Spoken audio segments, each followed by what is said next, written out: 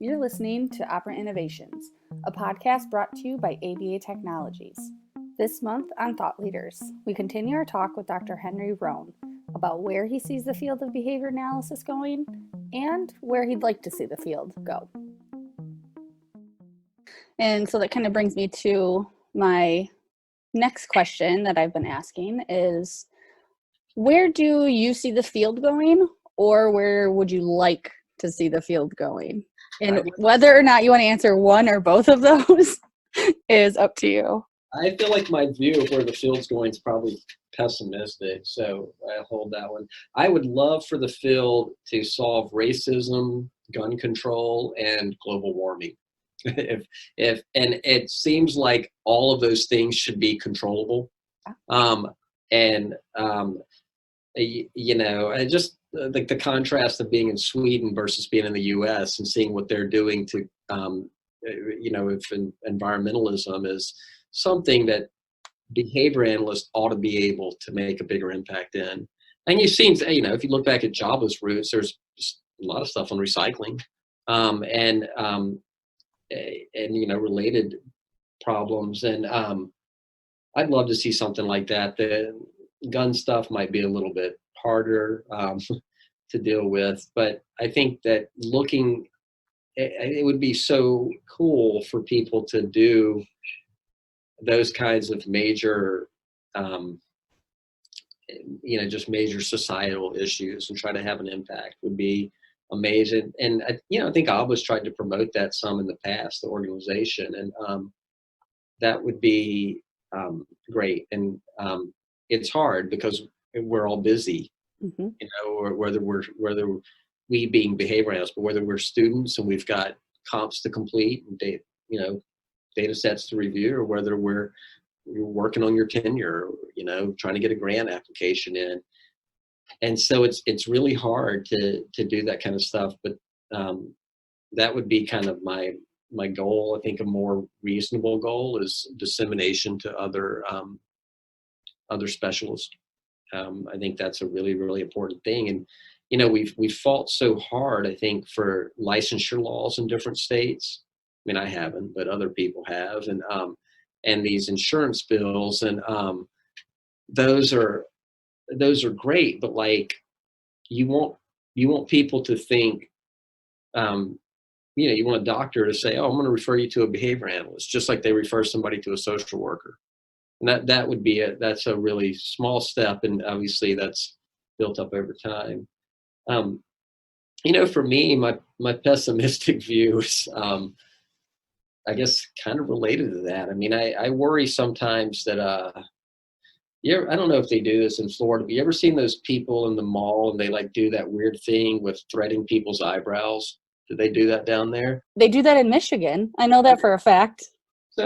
So like, we've got a mall here, and all these, malls are dying, and there's like 10 of these places that do this eyebrow thing. And I think none of those have a sustainable model right now, right?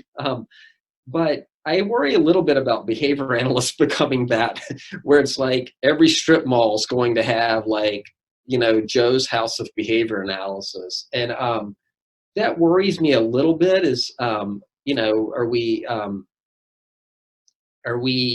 flooding the field, so to speak? And there's a lot, most of that work is involving developmental disabilities, and God knows those people need a lot of help. And so, but I think it always worries me that is it kind of, we outstripping kind of the resources, and are we moving so fast that we're moving away from our scientific roots into more of a clinical roots? And, are we getting away from really looking at, the individualized form of treatments and function for the fact of seeing more patients and more hours in the chair? Are we moving away from thoroughness in favor of brevity? And should we be doing those things? And I think things like that bother me, but I'm realistic of the fact that we all are working in financial based models, and our that's the way our healthcare system works. And so there's incentive for doing all those things. And so, yeah, so I think that just sort of it's imperative, I think, for behavior analysts to sort of keep their eyes on the origin of the field. Not to an extreme to where you have to do a reversal with every patient, every kid, but being true to that, I think, is really important, in recognizing the link to the underlying mechanisms. Well, and I mean, and I think that even your, as you like to call it, your pessimistic view, I mean, I think a lot of people actually agree with you on this, just from anecdotal evidence here. But I mean, just this year at FABA, James Carr brought up a graph of, out of 100%, it was pie chart, out of 100% of the behavior of the BCBAs, the ones who are certified, 50% have been certified within the last 4 years. Within, because I've been certified now, it's shorter than I've been certified, and I got certified in 2015. So it was after me in the last 3 years, because I think it was 2016 to 2019 that 50% of BCBAs have been certified from 2016 to 2019. And so this kind of brings up, that quantity versus quality question, and that practitioner role versus a social justice role, like you had brought up, or even precision teaching or sustainability. Even, I mean, Tim Shahan does great work in all of his work too, all of his translational research that he does. And that's even doesn't seem like it's, a lot of people don't even quite understand how his work is so important with the translational stuff between the EAB and the clinical. And so I completely understand where you're coming from, but then it makes me wonder, how do you think we can start promoting? It's tough, because that graph, first of all, I think it's great that somebody in our field is finally using pie charts. I love a good pie chart. I think it was, don't quote me on that. No, that's good for him. I'm sure that this wasn't, implied that the 50% are bad behavior analysts. I mean, I doubt that's true. You got to pass the certification exam, and so you got to have some base knowledge, and not bad, just new. Right, and I mean they bust their butts on the content of that exam. Yes. So I'm not dogging on them. I think it's just that notion of where, even in our own program, we created a master's program about a year ago, and we capped enrollment at 5 or 7 students, and that was done because you got to have enough. If everybody's going to do a thesis, you got to have enough potential data to go around. And but I like all of them.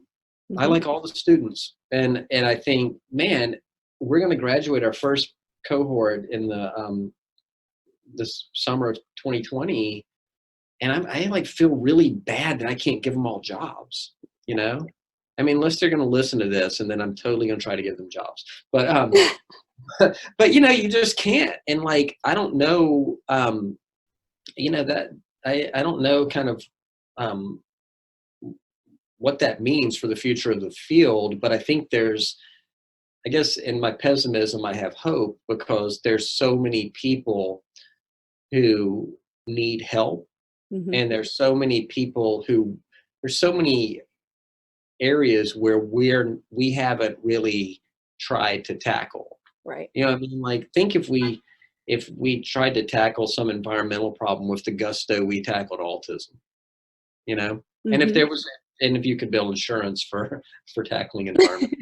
So putting aside the finances, but if you could do that would really open up a lot of areas, and there'd be a lot of people to throw at those problems. And so I guess, even though it's pessimistic, I think that there's, you're building a nationally known subspecialty, or I guess a specialty, not a subspecialty, but you're building a specialty that, people have barely heard of.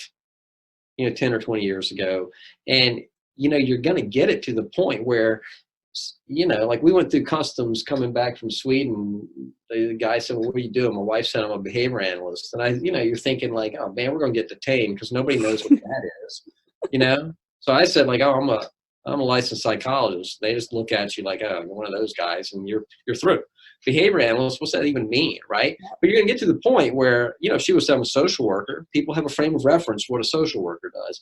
And you're going to get to that point. I think that's really, really cool. Mm-hmm. I mean, that's a major lift. And like, Jerry Shook and colleagues started that stuff decades ago. And like, to be able to think that like, Jerry in particular, like had the awareness to sort of see that and lay out a strategic plan and a vision for getting there. And then Jim feeling the responsibility for picking it up and running with it is freaking amazing, man. And because that is a major, major lift.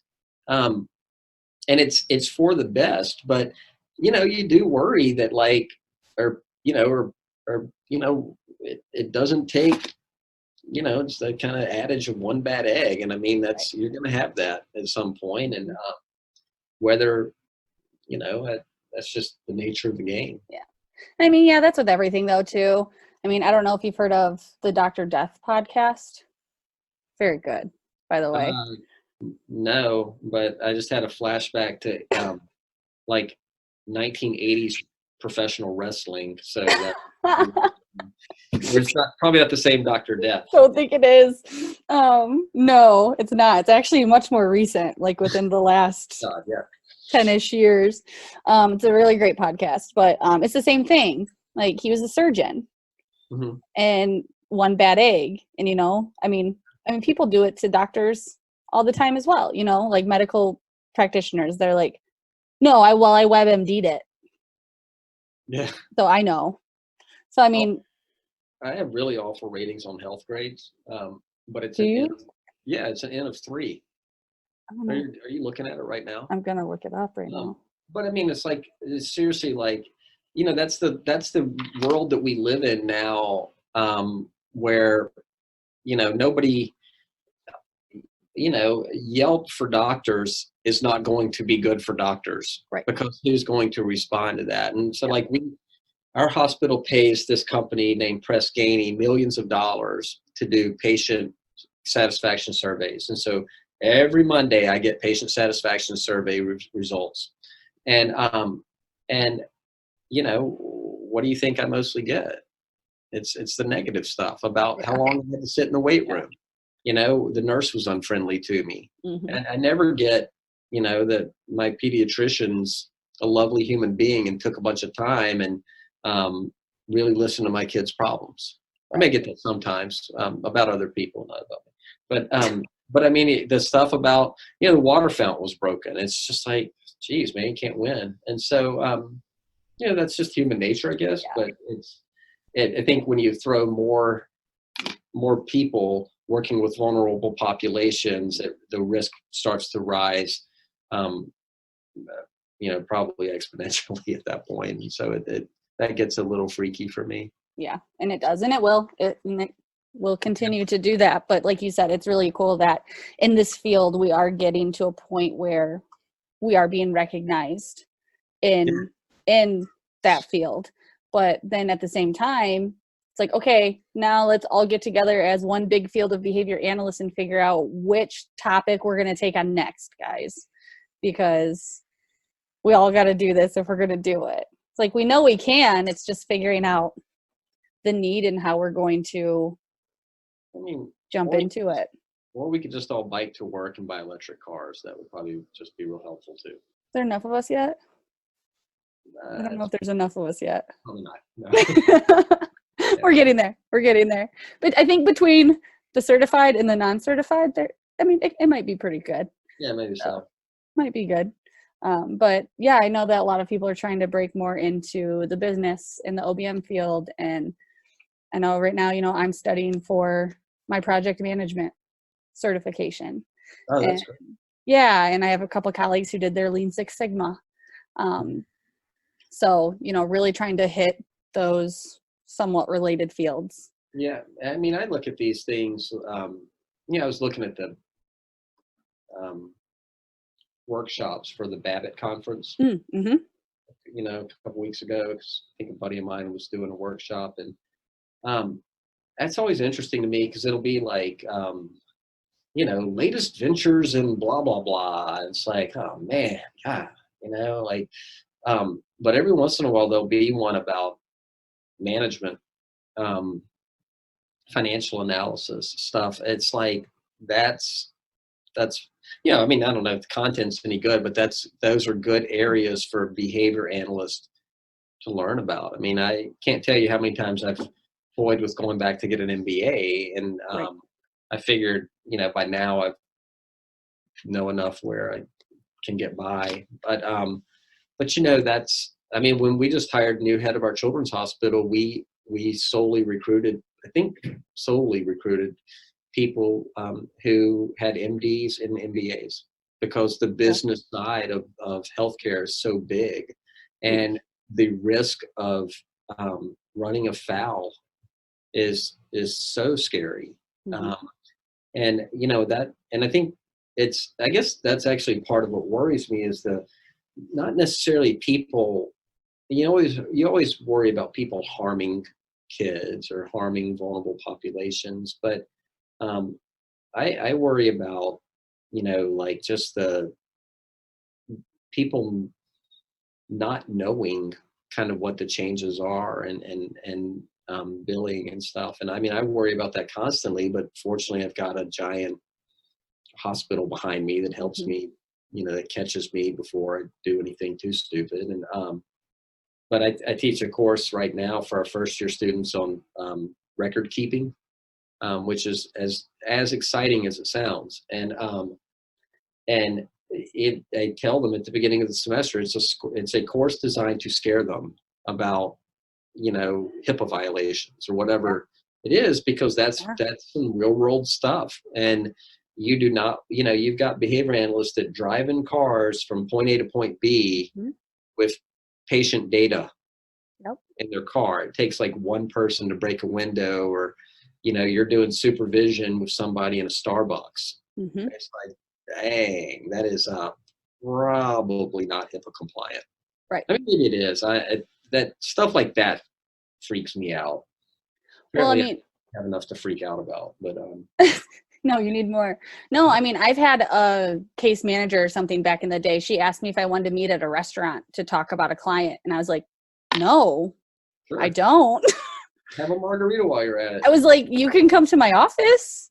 But it's, I completely understand. And I actually had reached out just recently on a lot of the ABA Facebook groups, Mm-hmm. just to solicit some info that people wish they would have known, Oh, before yeah. they went into clinical behavior analysis, because there's a lot. And so to hear that you guys have a record keeping course, because honestly, a lot of people would probably actually, now that, okay, hindsight, people actually would like that. Maybe not while they're in it, but No, I don't think they like it while they're in yes. But no, I know that that's something it. that a lot of people ask for after the fact. But they probably ran across people who had run into violations, and Mm-hmm. and said, this is a young field, and people need to be educated in this. And I it's very different being part of a academic medical setting where they have systems in place and Right. electronic medical records and all these other things than it is. But even in that kind of controlled setting, it's just amazing how easy it is to slip. And and that's something that you just always have to think about. Yes. Well, I know that you have class to teach and you need to eat lunch. I do need to eat lunch. I Yeah. know how easily this could very much go for another 30 minutes. But is there anything else that you want to gloat and be cocky about yourself or about the field? I don't want to be called cocky twice in the same week. I'm So joking. I'm no, I am I actually am humbled and was a little surprised that you asked me to do this to begin with, because I always think nobody would want to hear from me about this kind of shit. So I'm sorry. I'm sorry. Why are you apologizing? You're talking to an entire audience of behavior analysts. Right, but I just said shit and I felt bad about it. Now you just said it again. Right, I know, it's pretty good. I'm doing a pretty shitty job. So, but it's cool. I think it's I'm not like pandering to you. I do think it's really cool that you're doing this. I think I've been involved in some discussions for other groups thinking about doing podcasts, and it's just a great way to reach a wide audience. And I think it's really cool that you chose to do this without having any experience. And they said, yeah, sure, do that. And you had to educate yourself. But it was cool. So thanks for having me. I hope you keep this up. Thank you for listening to Operant Innovations. And as always, if you have questions, feedback, or suggestions, please reach out to us at operantinnovations@abatechnologies.com.